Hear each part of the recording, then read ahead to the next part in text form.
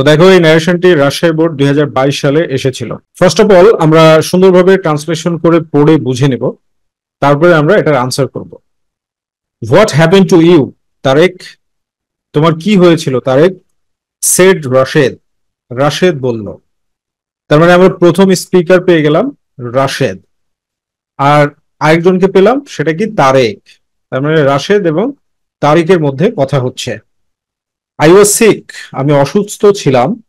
With the flu, মানে flu ভাইরাসে আক্রান্ত হয়েছিল সেটা বলছে। হ্যাভ ইউ হার্ড এনিথিং, তুমি কি কোনো কিছু শুনেছো? অ্যাবাউট আওয়ার এক্সাম, আমাদের পরীক্ষার সম্পর্কে। সেড তারেক, তারেক বলল। ইট ইজ অন 23rd অক্টোবর, পরীক্ষা 23 অক্টোবর থেকে। ইউ নিড টু কালেক্ট, তোমার সংগ্রহ করা প্রয়োজন। The admit card of the exam, the admit card of the exam, পরীক্ষার প্রবেশপত্র। সেড রাশেদ, রাশেদ বলল। ফ্রম হোয়ার, কোথা থেকে। ক্যান আই গেট ইট, আমি অ্যাডমিট কার্ড পেতে পারি। ইট বলতে অ্যাডমিট কার্ডকে বোঝাচ্ছে। সেড তারেক, তারেক বলল। ইট is in the office room, it is in the office room, এটা অফিস রুম থেকে পাবে। সেড রাশেদ, রাশেদ বলল। So this is a very simple narration, খুবই সহজ, মানে কোনো রকমের কোনো ঝামেলা বা কোনো প্যাস পুস নাই। সো আমরা এটার অ্যান্সার করব খুবই মজা করে। অ্যান্সার আমরা লিখে নিলাম। তো একটা কথা আমি বারবারই বলি যে ন্যারেশন করতে হলে মূলত 4 জায়গায় পরিবর্তন করতে হয়। প্রথম জায়গা যেটা, সেটা হচ্ছে রিপোর্টিং ভার্বের জায়গা। দ্বিতীয় জায়গায় কি ইনভার্টেড কমা এর জায়গা। 3 নম্বর কি পার্সন, পার্সনের জায়গা। 4 নম্বর হচ্ছে ভার্বের জায়গা বা মেন ভার্বের জায়গা। এই 4টা জায়গা হচ্ছে বেসিক চেঞ্জ, মৌলিক পরিবর্তন। এই 4 জায়গাতে তোমাকে পরিবর্তন বেসিক্যালি করতে হবে। তো দেখো প্রথম সেন্টেন্সটা হচ্ছে ইন্টারোগেটিভ সেন্টেন্সে আছে, রাশেদ তারিককে জিজ্ঞাসা করছে। তাহলে ইন্টারোগেটিভ সেন্টেন্সে রিপোর্টিং ভার্ব সবসময় এক্সড ব্যবহার করতে হয়। রাশেদ, রাশেদ এক্সড তারেক, রাশেদ তারিককে জিজ্ঞাসা করলো। দ্বিতীয় নম্বর পরিবর্তন কি, ইনভার্টেড কমার জায়গা। তো ইনভার্টেড কমার জায়গায় দেখো ডাব্লিউএস দিয়ে শুরু হয়েছে, এই জন্য ইনভার্টেড কমা তুলে দিয়ে ডাব্লিউএস অপরিবর্তিত রাখবো। হোয়াট, ঠিক আছে। হোয়াট এবং হোয়াট এখানে সাবজেক্ট হিসেবে ব্যবহার হচ্ছে। ইন্টারোগেটিভ সেন্টেন্সকে পরিবর্তন করতে হলে সেন্টেন্সটাকে অ্যাসার্টিভ করতে হয়। অ্যাসার্টিভ সেন্টেন্স, আর অ্যাসার্টিভ সেন্টেন্সের স্ট্রাকচার হচ্ছে subject plus verb plus extension. Okay, so what subject হিসেবে ব্যবহার হচ্ছে। এবার দেখো হ্যাপেন্ড, হ্যাপেন্ডে কি আছে, এখানে ভি2 আছে, মানে ফার্স্ট ফর্মে। তো রিপোর্টিং ভার্ব যদি পাস্ট টেন্সে থাকে আর ডাইরেক্ট স্পিচের ভার্বটা যদি পাস্ট ফর্মে থাকে, তাহলে পরিবর্তন করার সময় যেটা করতে হয় সেটা হলো হ্যাড প্লাস ভি3, অর্থাৎ হ্যাড হ্যাপেন্ড, হ্যাড হ্যাপেন্ড। এরপরে এক্সটেনশনে আছে টু ইউ, তো আমরা টু ইউ বসিয়ে দিলাম। ওকে, ভেরি ইজি, অনেক সহজ যদি তুমি মনোযোগী হও। আর যদি মনোযোগী না হও তাহলে তুমি অনেক জ্ঞানী, আর জ্ঞানীদের শেখা প্রয়োজন হয় না। ওকে, তো এরপরে দেখো কি বলছে, I was sick with the blue, I was sick with the flu, মানে ফ্লু রোগে সে আক্রান্ত ছিল। তাহলে এটা কার কথা হচ্ছে? এই কথাটা বলছে তারেক বলছে, তাহলে তারেক উত্তর দিচ্ছে। ঠিক আছে, I was sick with the flu, এটা তারেক উত্তর দিচ্ছে। তাহলে অ্যাসার্টিভ সেন্টেন্স, উত্তর দিচ্ছে, এজন্য রিপোর্টিং ভার্ব আমরা কি ব্যবহার করব, রিপ্লাইড। তাহলে কি লিখলাম, তারেক, তারেক রিপ্লাইড, রিপ্লাইড। আর অ্যাসার্টিভ সেন্টেন্সে ইনভার্টেড কমা তুলে দিয়ে দ্যাট বসাতে হয়, এজন্য আমরা দ্যাট বসিয়ে দিলাম। এরপরে দেখো পার্সনের জায়গায় পরিবর্তন হবে, আই আছে।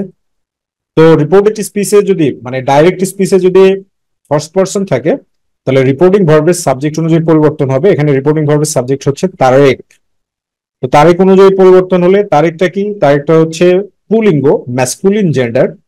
তো পার্সোনাল প্রোনাউনের ক্ষেত্রে যে বিষয়টা তোমাকে নোট করতে হবে, যে third person singular number masculine জেন্ডারের সাবজেক্টিভ ফর্ম হচ্ছে হি, অবজেক্টিভ ফর্ম হচ্ছে হিম, আর পজিটিভ ফর্ম হচ্ছে হিস। সো তারিখ অনুযায়ী সাবজেক্টিভ ফর্মে হি হয়ে যাবে আয়ের জায়গায়, হি। ওকে, এবার রিপোর্টিং ভার্ব যদি পাস্ট টেন্সে থাকে তাহলে ওয়াজ ওয়ার্ড থাকলে হ্যাড বিন করতে হবে। So he had been, he had been, ওয়াজটা পরিবর্তন হয়ে হ্যাড বিন হয়ে গেল। He had been sick with the flu, he had been sick with the flu. Okay, এরপরে দেখো have you heard anything about our exam. এটা তো আরেকেরই কথা, রাইট? তো এটা ইন্টারোগেটিভ সেন্টেন্স। তো আমরা অ্যান্ড দ্বারা যুক্ত করে অ্যান্ড, তাহলে ইন্টারোগেটিভ সেন্টেন্সে কি রিপোর্টিং ভার্ব এক্সড। তো পাশাপাশি দুইটা উক্তি থাকলে একই দপ্তর অলসো ব্যবহার করব। অলসো এক্সড, অলসো এক্সড। এরপরে ইনভার্টেড কমার জায়গা ইনভার্টেড কমা তুলে দিয়ে ইফ বা ওয়েদার ইফ।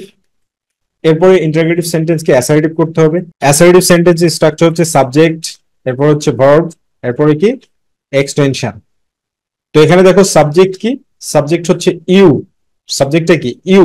ইউ কি সেকেন্ড পারসন। সেকেন্ড পারসন থাকলে রিপোর্টিং ভার্বের অবজেক্ট অনুযায়ী পরিবর্তন হবে।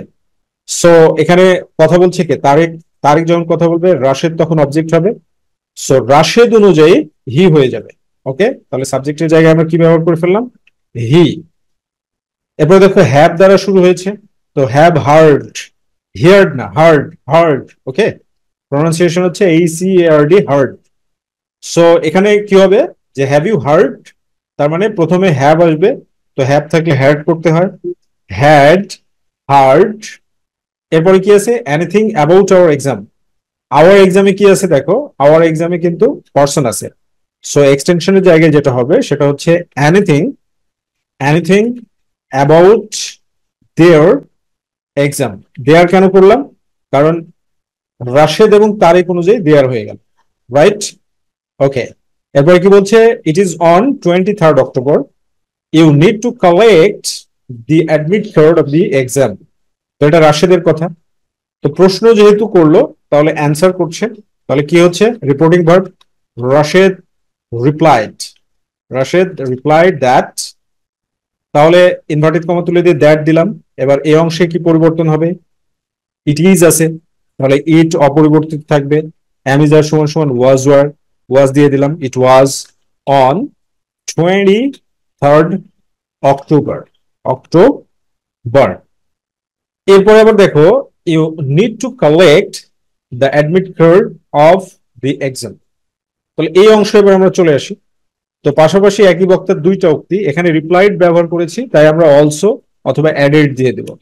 And added that, and added that. You আছে সেকেন্ড পারসন, সেকেন্ড পারসন থাকলে অবজেক্ট অনুযায়ী, যেহেতু রাশেদ কথা বলছে তাহলে তারেক শুনছে, তাহলে ইউটা কি হয়ে যাবে, হি হয়ে যাবে। আর এখানে দেখো কি V1 আছে নিড, তাহলে নিড থাকলে কি V1 থাকলে V2, V1 থাকলে V2। তাহলে he needed to collect the admit card of the exam. হয়ে গেল। তো এরপরে দেখো কি বলছে, from where can I get it, মানে আমি কোথা থেকে এটা পাইতে পারি।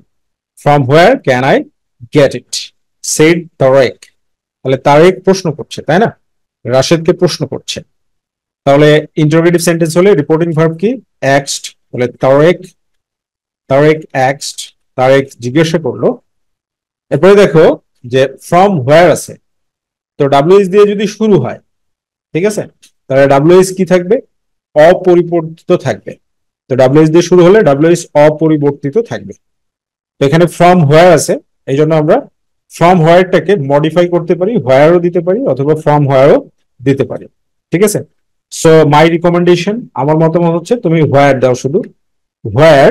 তারপরে কি ইন্টারোগেটিভ সেন্টেন্সকে অ্যাসার্টিভ করতে হবে। অ্যাসার্টিভ করতে হলে এখানে সাবজেক্ট কি আই, আই মানে ফার্স্ট পারসন, ফার্স্ট পারসন মানে রিপোর্টিং ভার্বের সাবজেক্ট অনুযায়ী তারিখ অনুযায়ী পরিবর্তন হবে। এই জন্য এখানে হি দিয়ে দিলাম, হি। তারপরে ক্যান আছে, ক্যান থাকলে কি হবে কুড, ক্যান থাকলে কুড। তারপরে গেট আছে, get it. Okay, where he could get it, said Tareq, Tareq বলবে। তো এবার রাশেদ কি বলছে, it is in the office room, said Rashed. তো রাশেদ এবার উত্তর দিচ্ছে, Rashed replied, Rashed replied that it was in the office room. So this is the simplest and easiest way of solving narration. তো তুমি এইভাবে বুঝে বুঝে প্র্যাকটিস করবে। and one thing more I want to show you, দেখো এখানে যে আমাদের এইচএসসি নোটবুক ইংলিশ সেকেন্ড পেপারে আমরা এরকম ভাবে সুন্দরভাবে ফ্রেজ ওয়াইজ ট্রান্সলেশন করে তোমাদেরকে, মানে তোমাদের জন্য বইটা তৈরি করেছি। So you can collect our book showing the number on the screen, স্ক্রিনে দেখানো নম্বরে ফোন দেওয়ার মাধ্যমে বা যোগাযোগ করার মাধ্যমে আমাদের বইটা কালেক্ট করতে পারো। Thank you very much. Practice জারি রাখো। Practice makes a man perfect. And one thing more, if you really want to be fluent in English, never miss the opportunity to collect our ACC Notebook English second paper.